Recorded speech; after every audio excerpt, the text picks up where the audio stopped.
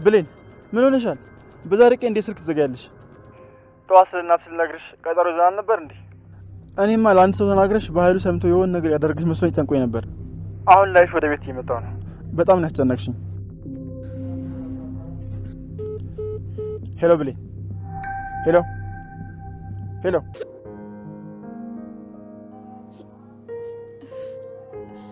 ምን ሆነሽ ነው? እኔ ልጅ ለምንድን ነው የማትነግሪኝ? እኔ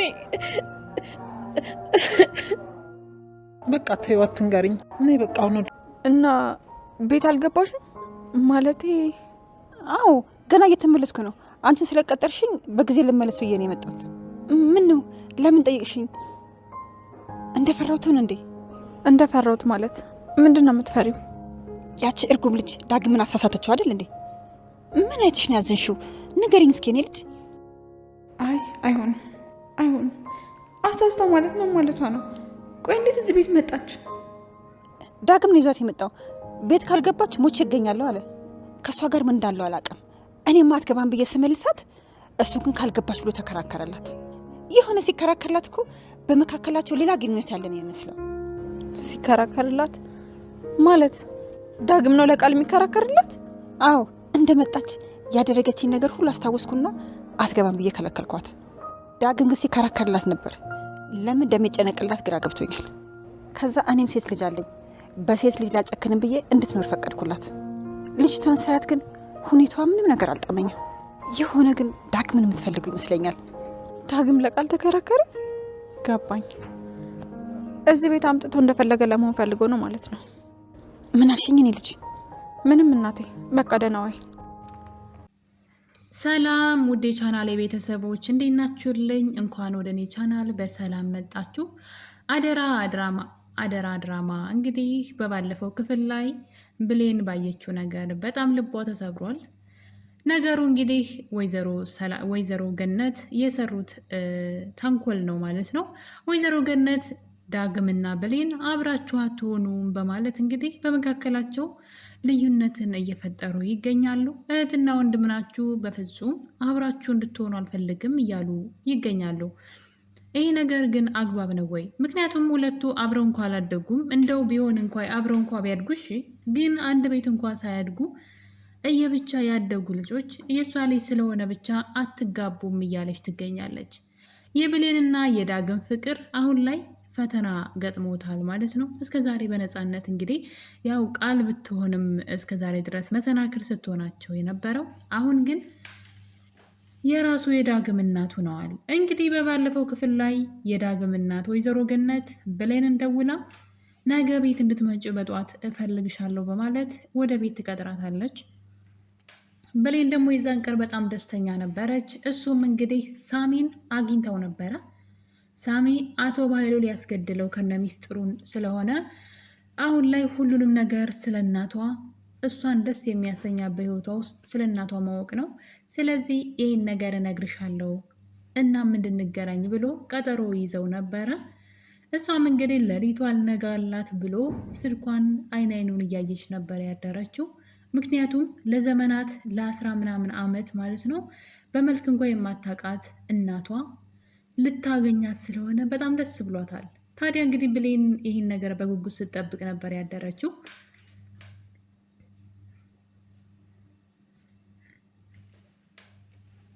በቀጣይ ቀንም ብሌን የተቀጠረችበት ቦታ ለመሄድ ሽር ጉድ እያለች ነበር በደስታ ማለት ነው። በዚህ መሀል ግን ወይዘሮ ገነት ማታ ላይ ነገ በጠዋት ቤት እንድትመጪ እፈልግሻለሁ ብላት እሷም የሚሄድበት በጣም ወሳኝ ቀጠሮ አለኝ እንዳታስረፍጂ በማለት ፀጉሯን ሁሉ ተሰርታ ነበር እንግዲህ ያለ ወትሮዋ ማለት ነው። ምክንያቱም ሳሚ እወድሻለሁ እያለ እንግዲህ አሁን ላይ ፍቅር ከእሷ ጋር እየተጫወተ ስለሆነ በዛ ላይ ቀጠሯቸውም የጓደኝነትም ጭምር ስለሆነ ዝንጥ ብላ ወደ ሳሚ ለመሄድ እንግዲህ ተዘጋጅታ በደስታ ተሞልታ አሰባችሁታል። እናቷን ለማግኘት ነው እንግዲህ ይህ ሁሉ ዋጋ የከፈለችበት። ስትናፈቃት የኖረችውን እናቷን በህይወት አለች አውቃታለሁ ላገናኝሽ ነው ብሎ ሳሚ ተስፋ ሰጥቷታል። ታዲያ እንግዲህ ይህንን ቀን በጉጉት ስትጠብቀው ነበረ። ብሌንም እናቷ ደውላ ስለጠራቻት እናቷ ባለቻት መሰረት በጧት ተነስታ ወደ እናቷ ቤት አምርታለች፣ ወደ ወይዘሮ ገነት ቤት። ነገር ግን ወይዘሮ ገነት ቤት ስትሄድ በሩ ዝም ብሎ ሳይቆለፍ ተዘግቶ ነበረ። ብሌንም በሩ ሳታንኳኳ በሩን ከፍታ ወደ ውስጥ ስትገባ ያየችውን ነገር ማመን አቅቷት ነበረ። ዳግምና ብሌን አብረው ተኝተው ነበረ።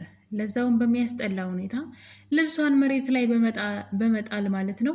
ልክ እሱ ፈልጎ አብሯት እንደተኛ አስመስላ ልብሷን መሬት ላይ በማድረክረክ አብራው ተኝታ ታገኛታለች።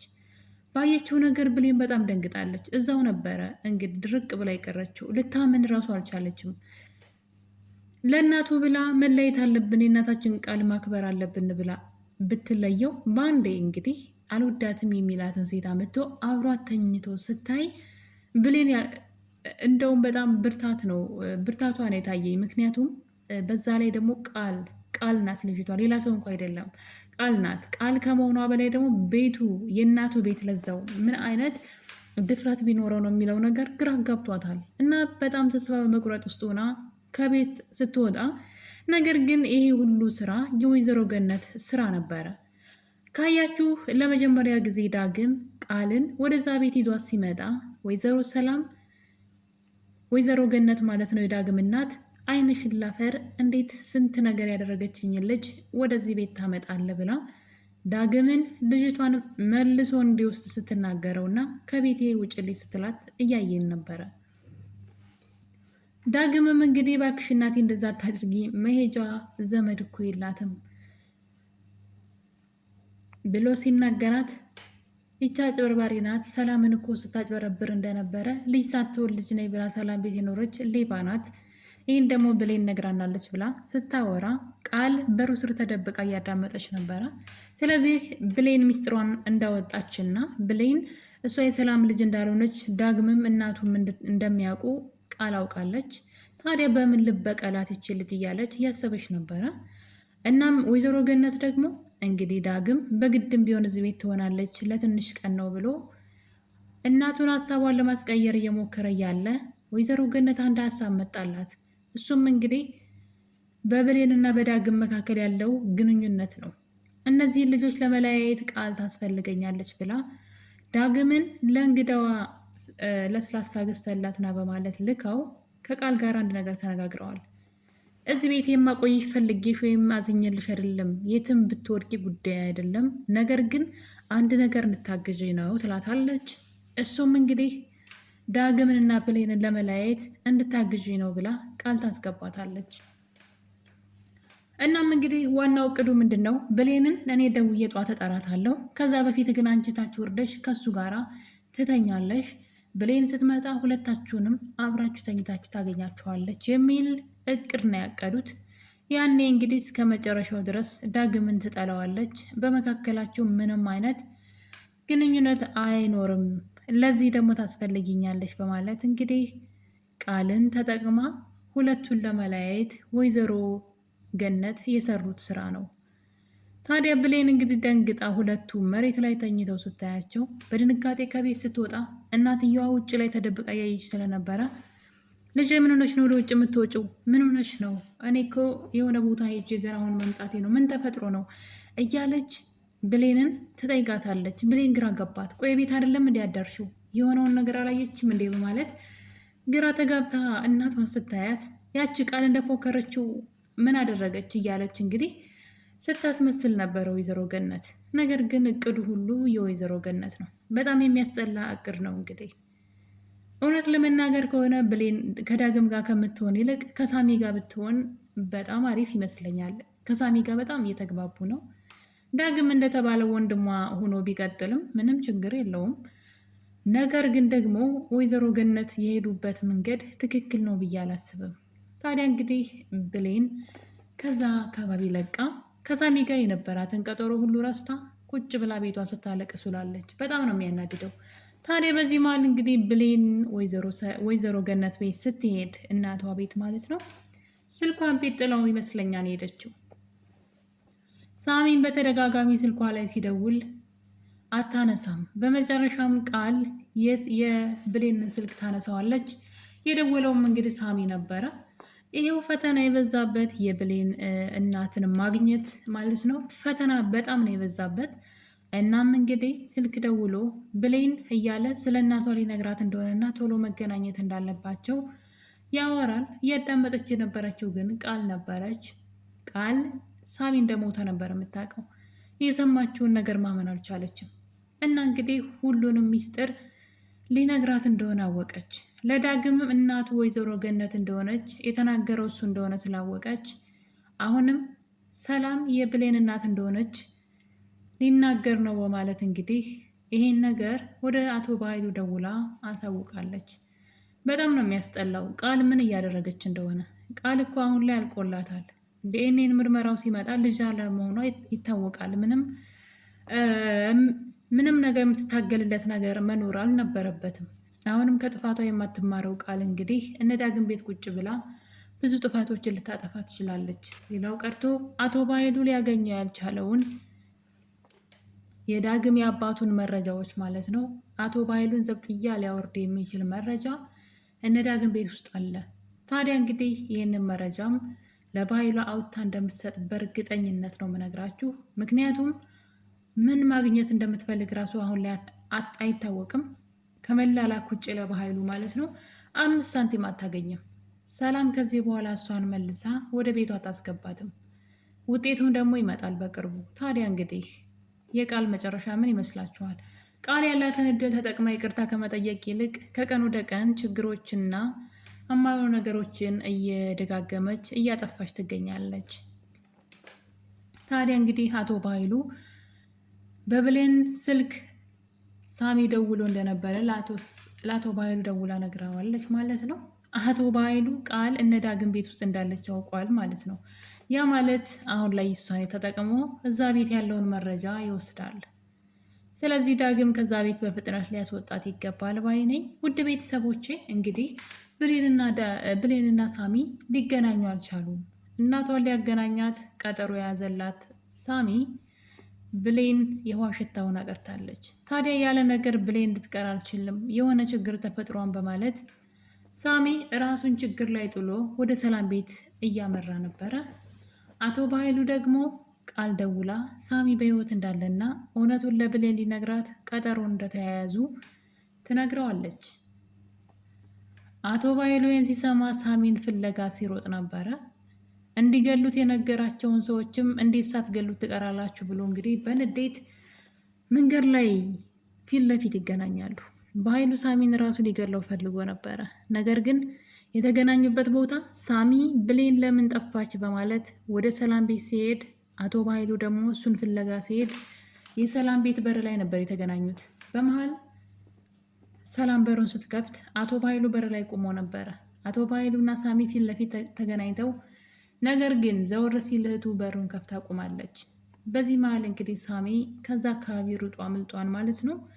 የብሌንን ዝላልነት ከቀን ወደ ቀን እንግዲህ እየጨመረ ሄዷል። በባለፈው ጊዜ በህይወት መኖሬን ለማንም ሰው እንዳትነግሪ እያላት በህይወት መኖሩን ለሰላም ተናግራ ሰላም ለበኃይሉ፣ ከዛ በኋላ በኃይሉ እሱን ማሳደድ ጀምረዋል። በዛ ላይ ስልኳን የትም ጥላ ሄዳ እንግዲህ ቃል አንስታ ስልኳን ተጠቀመችበት። አያችሁ አይደለም? ስለዚህ ብሌን አሁንም እናቷን የምታገኝበት መንገዶች መሰናክል እየበዙት ነው ማለት ነው። እንደዚህ ለእሷ ቀላል እየሆነላት አይደለም። አሁንም እናትና ልጅ አልተገናኙም። አሁንም በኃይሉ ተንኮሉን እንደቀጠለ ነው። እስካሁን ድረስ ማድረግ ያልቻለው አቶ በኃይሉ አንድ ነገር ብቻ ነው። እሱም የዲኤንኤን ውጤቱን ማስቀየር ብቻ ነው ያቃተው። ሌላውን ነገር ሁሉ እያደረገ ነው። ታዲያ እንግዲህ የሁሉ እንቆቅልሽ የሆነው ዳግም ተኝቶ ስለነበረ ቃል አብራው እንደተኛች እንኳን የሚያውቀው ታሪክ አልነበረም። እሱ ተኝቶ አብራው ተኛች። እሱ ሳይነሳ ተነስታ ሄደች ማለት ነው። ስለዚህ ብሌን ትምጣ ማን ይምጣ ምን ይፈጠር የሚያውቀው ታሪክ የለም።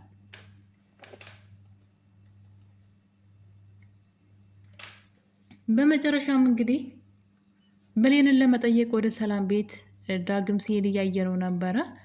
የሰላም ቤትን በር ሲያንኳኳ ብሌን ትከፍታለች። ስታየው ከፊቱ ላይ ነበር የተፋችበት። ቆሻሻና ማይረባ ሰው እንደሆነ ብትነግረውም እሱ ግን ያጠፋው ነገር ግራ ገብቶት ምን አደረግኩኝ እያለ ቢጠይቃትም ሰላም ይህን ነገር እንግዲህ አውቃ ነበረ። ብሌን እያለቀሰች ወደ ቤት ስትሄድ ዳግም ምን አድርጎች ነው? በእርግጠኝነት ከዳግም ጋር ተጣልተሽ ነው እንደዚህ የምታለቅሽው በማለት ስትጠይቃት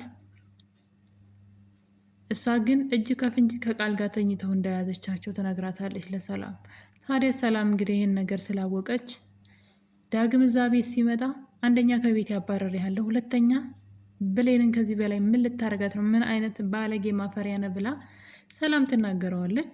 ነገሩ ለዳግም ግራ የሚያጋባ እንግዳ ነገር ነው። ምን አጥፍቼ ነው ብሎ ግራ ገባው። ምን አጠፋው ቢላትም ልትነግረው ፈቃደኛ አይደለችም። ስትሰድበው ብቻ ነበር በንዴት እና ዳግም የሚያውቀው ታሪክ የለም ተኝቶ ስለነበረ ማለት ነው። ስለዚህ ሰላም ጠዋት ላይ ብሌን ቤታቸው መታ ከቃል ጋር ተኝቶ እጅ ከፍንጅ እንደያዘችው ትነግረዋለች። በዚህ የተነሳ እንግዲህ ሳሚ በንዴት ወደ ቤቱ ያመራል።